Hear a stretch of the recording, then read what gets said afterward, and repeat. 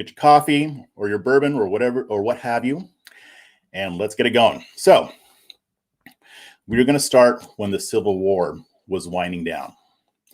When the Civil War was winding down, President Lincoln was siding with a group known as the Radical Republicans. The Radical Republicans were different from the anti-slavery crowd. You can refer to them as abolitionists. I mean, this included Frederick Douglass. It included Black people and white people in the Republican Party who didn't think it was enough just to give slaves their freedom. They also wanted to give them full rights. They wanted to give them suffrage, the right to vote, and they wanted to give them all that right now, right in that moment. Whereas others adopted more of a gradualist view because they feared upsetting people and reigniting the war. Lincoln actually endorsed the formation of the Freedmen's Bureau. This was an office that was designed to help former slaves transition into a free life and help to set them up economically and otherwise. There's a lot of information on it. Now, I know Lincoln in general is kind of controversial with his views on race. I mean, there was a point in time where he wanted to help send Black people back to Africa because he thought that would be better for them. But on the other hand, he also supported the Freedmen's Bureau, which didn't involve sending Black people back to Africa. So it seems like he changed his mind a lot. I'm not sure where he ended up at the point when he died, but he's not, for lack of a better term, it's not really a black and white history with President Lincoln. So when I say things like the Party of Lincoln, or more accurately, the former Party of Lincoln, I'm not talking about Lincoln per se. I'm talking about the people who existed under the time of Lincoln. Lincoln is the figurehead, but there were a lot of people who supported what he was doing and went even further than he did in wanting more for freed slaves. That is the party that I'm talking about, and that is the party that I want to get back to. Not that Black people are in slavery today, but they took their relationship with the Black community after slavery was abolished. They took that relationship very, very, very seriously. They were all about Black empowerment. They were about Black excellence. They were about lifting Black people up economically. Now, one of the reasons why the GOP's relationship with the Black community at the time, it seemed like it would be short-lived. And there is a reason for that, especially after Lincoln died. So his vice president was Andrew Johnson. And even though he was opposed to the Confederacy, it didn't mean that he was, a fan of Black people having any kind of rights. So if you see, here's a quote from Andrew Johnson. And after Lincoln was killed, Andrew Johnson took over, like I said, and he was a virulent racist. He declared, "This is a country for white men, and by God, as long as I'm president, it shall be a government by white men." So there were, let's see, the Freedmen's Bureau. It was a relatively small agency that still existed under Andrew Johnson. He didn't really get rid of it because this is something that was set up under Lincoln before his death. And it was a small federal agency, and it had about 900 different agents across the South. And their job was to create procedures for contracts and rules between white landowners and their Black workers or former slaves. And it was scheduled to exist for only 1 year after the war, but it could be renewed. And in January of 1866, the bill was passed pretty quickly. It wasn't necessarily revolutionary, but it did kind of make it harder for white people to discriminate against former slaves. And the thing is, the Republicans thought that this bill, that President Andrew Johnson would endorse the bill. So even though it went through Congress quickly, they were wrong about Andrew Johnson. He vetoed the bill. He also vetoed a Republican-sponsored bill to protect the rights of freed slaves. This measure would have declared that Black Americans were citizens of the United States, and as such were entitled to the rights and privileges that come with that status. Now, here's a good thing about it. Congress was able to override Andrew Johnson's veto. But imagine what it would have been like if they weren't able to do that. I mean, you'll see that it was already bad enough as it is, but if you were a freed slave and the Republican Party wanted to be actively involved with helping you not only get your freedom, but to also set you up for prosperity, and then all of a sudden this gets struck down by the party that said that it wants to help you, it could not have been easy to be living under that time, right? I mean, if you kind of imagine that, there were plenty of Republicans who wanted to help, but people like Andrew Johnson weren't so keen on the idea. So here's a quote, and this quote comes from a book called The Republicans, A History of the Grand Old Party. It's written by Lewis Gould. And he says, quote, "Although the Republicans came out of the war with the luster of victory and an indelible link to the memory of the martyred Abraham Lincoln, the dozen years from 1865 to 1877 proved fateful for the party. Their policies on Reconstruction left permanent changes in the Constitution as the 14th and 15th Amendments joined the 13th in defining the rights of former slaves under the law. However, the effort to create a viable Republican Party in the South, despite some initial successes, proved to be a transitory one. By 1877, the white Democratic South was on its way towards dominance in the region and the establishment of a one-party structure that would remain in place for 75 years. So what that is essentially saying is that what kind of set up this conflict is that after the war and right after Reconstruction, the Democratic Party established dominance over the South, and their dominance would last for 75 years. They had pretty much all control over it, but here's the thing, the GOP wanted to become more of a national party. It didn't want to just represent just the North. They wanted to have inroads in the South as well, and that is where the trouble starts. Not necessarily that they wanted to gain inroads in the South, but it was the methods to which they resorted that became an issue. And that leads us into the Lily White movement, which is something that people talk about a lot. So what is the Lily White movement?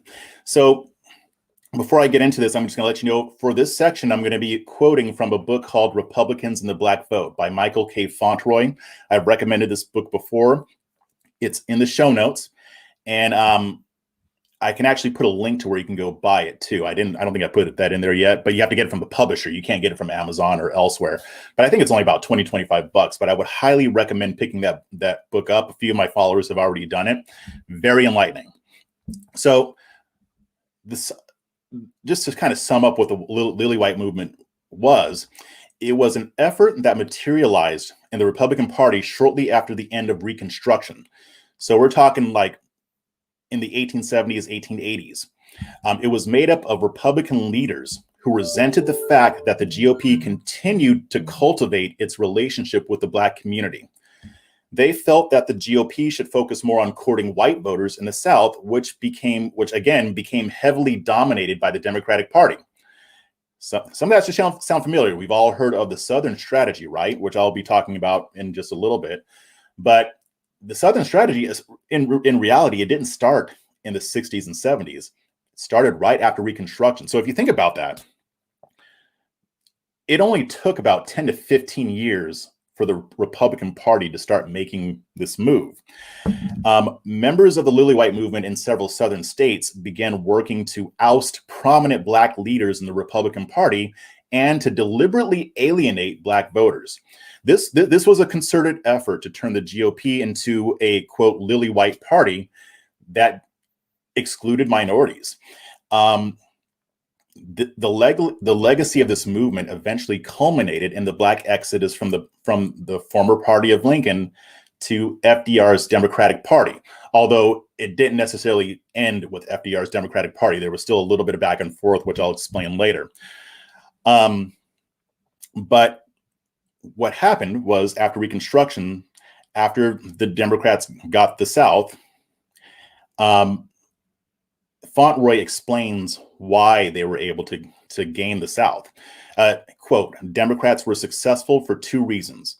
First, they made overt racial appeals to the considerable racist hostility and anxiety that existed among whites during that period. Second, Republicans responded to the new competition by mimicking Democrats in hopes that they would maintain control of Southern governments. The appeal was simple. Democrats charged that the Republican Party was the party of the Negro and that it had to be crushed in order to return the South to its pre-Reconstruction white supremacist roots.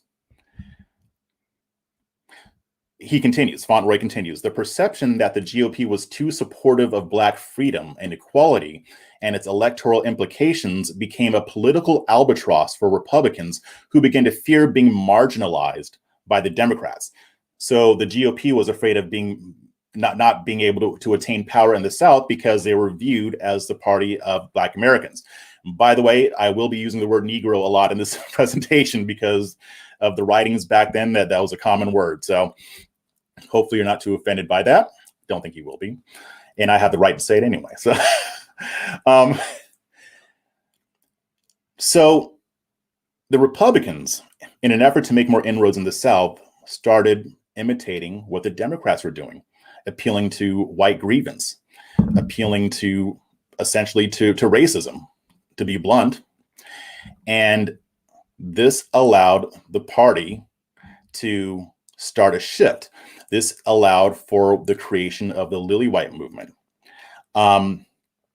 Many Republicans were afraid that the label, the party of the Negro, would interfere with their efforts to take the party national. And they decided to deal with this issue by pulling back from Black members of the party. Now, remember, like I said previously, Black people were very much intertwined with the direction of the party. They had a lot of control over where the Republican Party was going. Again, there were plenty of Black leaders in the Republican Party. Frederick Douglass, for an example. Harriet Tubman became a leader in the Republican Party. A lot of different Black people did, especially ones who were elected to office. They were very much pushed by the party of Lincoln. But at this point, the Lily Whites came around, and the shift created a schism that split Republicans into two factions, the Lily Whites and the Black and Tans. And these two factions were warring against one another for control of the party. Unfortunately, in the end, the Lily Whites got the upper hand.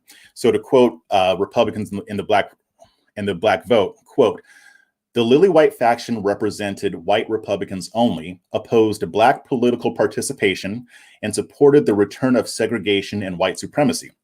It was the product of conservative racist ideology and the, quote, inherent demands and the customs of Southern lifestyles, and occurred at a time when Republicans sought to expand their base of support into the South. It also emerged out of frustration with Black control of many state Republican parties, as this short period of Black control affected white access to patronage. And in many cases, the Lily Whites worked with Democrats to disenfranchise African Americans. Now, I'm going to stop right there and kind of explain what he's saying as far as conservatives go. And he seems to have a left-wing bent to this. So there's a few things that he says that I don't agree with. But there were multiple types of conservatives. Not all conservatives were racist back then. But most of the racism at that time was in the South. And with the North, it could have been a little bit more hidden. It still existed. Wasn't quite as brazen as it was in the South. But again, the Lily White faction was capitalizing on white Southerners' grievances. Whites in the South were afraid of losing control, especially those who were involved with the Republican Party, because as Fauntleroy just mentioned, there were Black people in charge of a lot of different state and local level Republican parties. Like I said, they were very much intertwined with the goings on in the GOP. So the conflict between the Lily Whites and the Black and Tans, which, by the way, the Black and Tans also included white people as well, but they didn't want their party to only be white. And this battle occurred in several southern states, Texas, North Carolina, Louisiana. Most of the southern states had this conflict going on. And in some cases, this conflict even lasted into the 60s. But for this presentation, I'm going to focus on the one that occurred here where I am in Texas. And the cool thing about this is that the Texas State Historical Association has kept records of this. So it's easy to find and kind of see the story of what happened. But I want you to view what happened in Texas as sort of kind of a microcosm of what happened in other states as well. Because like I said, this was a huge political battle. Um, let me go ahead and 1 second. Okay. So what happened with the Texas Republican Party right after Reconstruction ended is a prime example of the battle for the soul of the party. And in Texas, it started when Edmund J. Davis was elected governor. Let me put that up here. So again, these quotes are going to be from the Texas State Historical Association. And I have a link to that in the show notes, I believe. Yeah, let's do that one. I can see it better. The election of Edmund J. Davis, a white radical, as governor in 1869 gave blacks additional influence, as did the election of 2 black state senators, G.T. Ruby and Matthew Gaines, a minister and former slave, and 12 representatives to this 12th legislature. So Edmund J. Davis was very much down with promoting the black community and trying to, get freed slaves into a better position.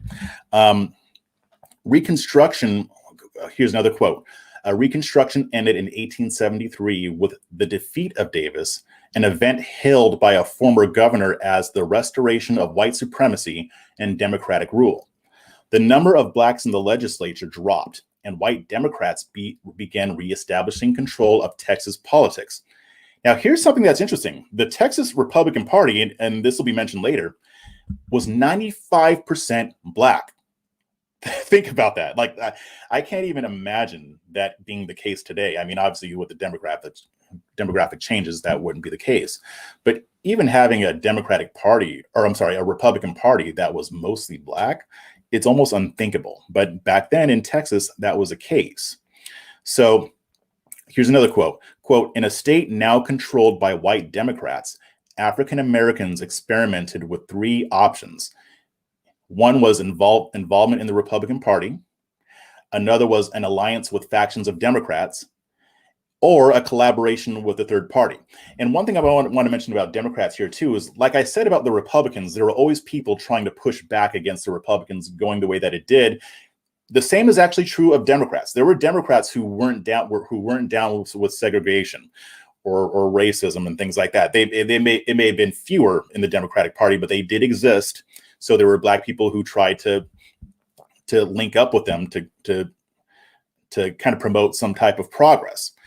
Of course, it was difficult because at this point you had the Republican Party and the Democratic Party vying more for Southern white votes. And as you'll see, this left African Americans feeling a little bit politically homeless.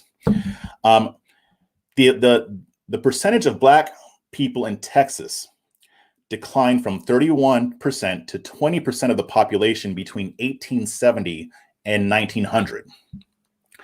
This was largely because of the fact that the white Democrats took over. Quote, African American activity in the Republican Party focused on preventing the conservative faction from gaining control and driving out blacks, who in the 1880s formed 90% of the party's membership. I was wrong. It was 90%, not 95%. By attracting like-minded whites, conservative Republicans hoped to compete effectively with the Democrats.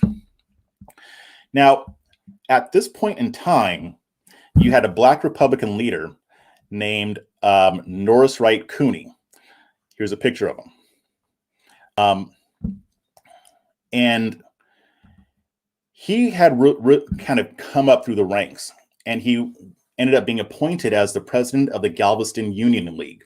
Now, the Union League is very interesting. I would have liked to have dove more into what that was, and maybe I will at a later point, but to put it simply, the Union League, it started out as a secret organization that was created in 1863 to support President Lincoln and to promote morale and unity among members of the Union. So these people were acting in secret to promote Lincoln's agenda as far as ending slavery. Now, the 1892 election proved to be a turning point for both GOP factions, so for both the Lily Whites and the Black and Tans. And Cooney aligned the Black and Tans behind George. Oh, wait, no, that's not true. Okay.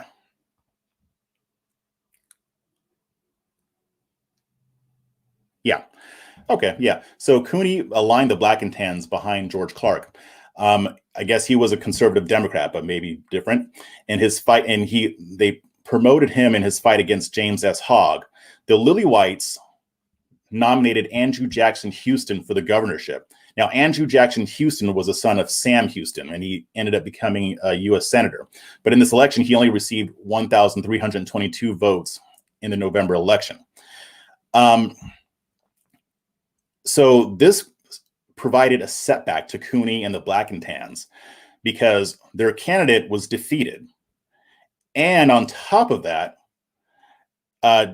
Grover Cleveland, who was the Democrat governor the Democrat nominee for president, he won. So that means that not only did his candidate, which would have favored the black and tans, was defeated, but a Democrat took office in the White House. So Cooney didn't even have any federal patronage. His predecessor, I believe it was Benjamin Harrison, was very much supportive of black involvement in the GOP. So now he lost two important supporters. The thing is that Southern Republican leaders, both black and white, this is according to the Texas State Historical Association, they both relied on federal jobs to maintain their state organizations. So when Cooney lost out under Cleveland, this opened the door for a Lily White takeover. To make matters worse, after Cooney was replaced as national committeeman, there was a little bit of infighting as to who would take his place. But other black and tan leaders did come out. I mean, and he did lose, and he was replaced as the GOP committeeman, as well as the state chairman during the 1896 campaign. But still, Cooney was instrumental in pushing back against the burgeoning Lily White movement. He was a person who actually labeled them as the Lily Whites. But after his death in 1897, there was an even stronger struggle among the black and tans over who would take his place as the head of the movement. Eventually, there were two major players in the Texas Republican Party, and they joined forces to push back against the Lily Whites. It was a businessman named it was a man named Edward H.R. Green, who was the son of a multimillionaire, and it was a man named William M. McDonald. His name was Gooseneck Bill. So you had William McDonald and Edward Green. One was a multimillionaire. He had a railroad empire. Gooseneck Bill was a black banker from Fort Worth. But this alliance wasn't able to stop the Lily White insurgents in the party. After Green withdrew as state chairman in 1902, Cecil A. Lyon, who was a white businessman from Sherman, he took control.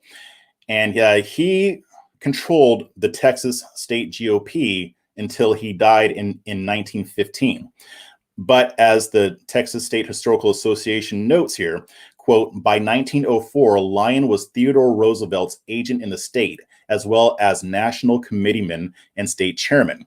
Though black and tan delegations appeared at the 1904 and the 1908 national conventions, they were pushed aside by Lyon's forces. Now, to avoid criticism, one or two blacks were usually seated with Lily White delegations to the national gatherings. So they did provide a little bit of cover for themselves, but the Lily White agenda was very much clear. And since they had control of the party, they were able to minimize the black and tans at the conventions that occurred in 1904 and 1908. Here's another quote. The Lily White Republicans appealed to racism to establish their party as a viable alternative for Southern Democrats. As a result, blacks increasingly lost influence and power in the Republican Party. The Southern Democratic leadership greatly discouraged black membership, and many blacks felt that they had no political party in which to participate. So like I said, black people ended up being in a position where they were politically homeless. Neither party really seemed to want them to be involved with what they were doing. Let me continue here. Now, the Historical Association also notes that the black and tans, like I indicated earlier, They developed in different states differently throughout the South. So some started in the 1880s. Some didn't even show up until the 1920s. Now, in some states like Tennessee and Arkansas, they didn't last very long. But in areas like South Carolina and Mississippi, the black and tans lasted until 1960. The contentiousness, according to the Texas State Historical Association, the contentiousness between the two factions occasionally turned violent, as evidenced in 1888 by a race riot that broke out in Texas when white Republicans tried to wrest party control from blacks at that year's state convention. For African Americans, this factional conflict came to characterize the racial power struggle over who would lead the party: the multiracial coalition of black and tans or the conservative lily-white faction. This conflict became so intense that it split the Texas GOP in half. Now, this happened while Theodore Roosevelt was battling with William Howard Taft for control of the Republican Party, the National Republican Party. The Lily-Whites, they supported Roosevelt. They supported his Bull Moose campaign, and they wanted to turn the Republican Party into a white opposition party to the Democrats. The black and tans sided with William Howard Taft.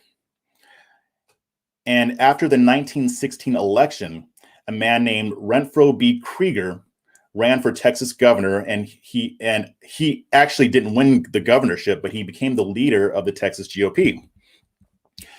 So here's how it went under him. The quote, though McDonald attempted a comeback in 1920 and proclaimed that color should predominate because 95% of all Texas Republicans were Negroes. Okay, maybe they went up to 95% at that time. But to continue the quote, 95% of all Texas Republicans were Negroes.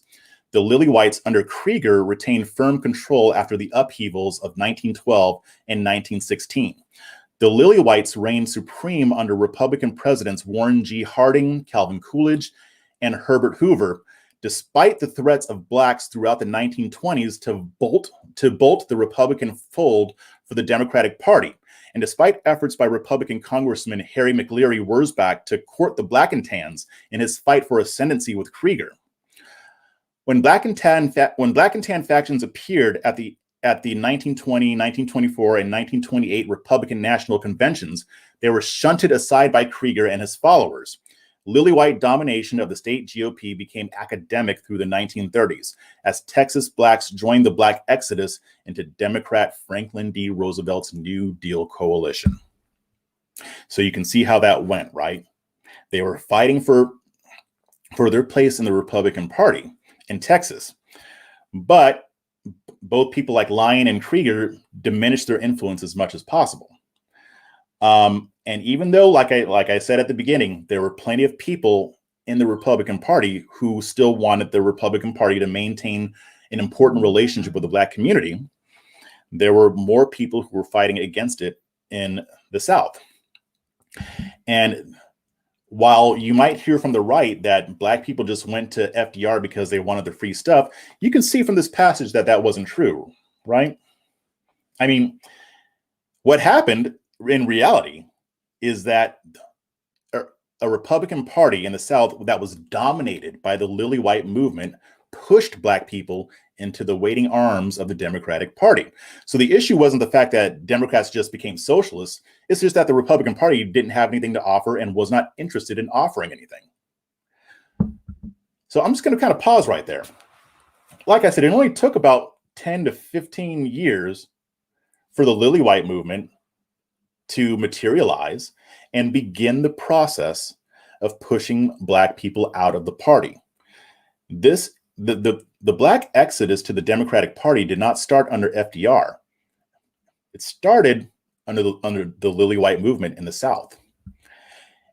And you know, if you put yourself in that position, if you put yourself in the position that black Americans would have been in at that point, again, a lot of these people, probably most of these people, were former slaves, or at least the sons and daughters of former slaves. They knew that the Republican Party was all about black folks. And to see that change so fast, just so that they can appeal to white Southerners, that had to be heartbreaking. I would imagine that a lot of these folks didn't even want to go to the Democratic Party. But where else were they going to go? The Republicans were making it very clear that they didn't want anything to do with Black people. Not all of them, again.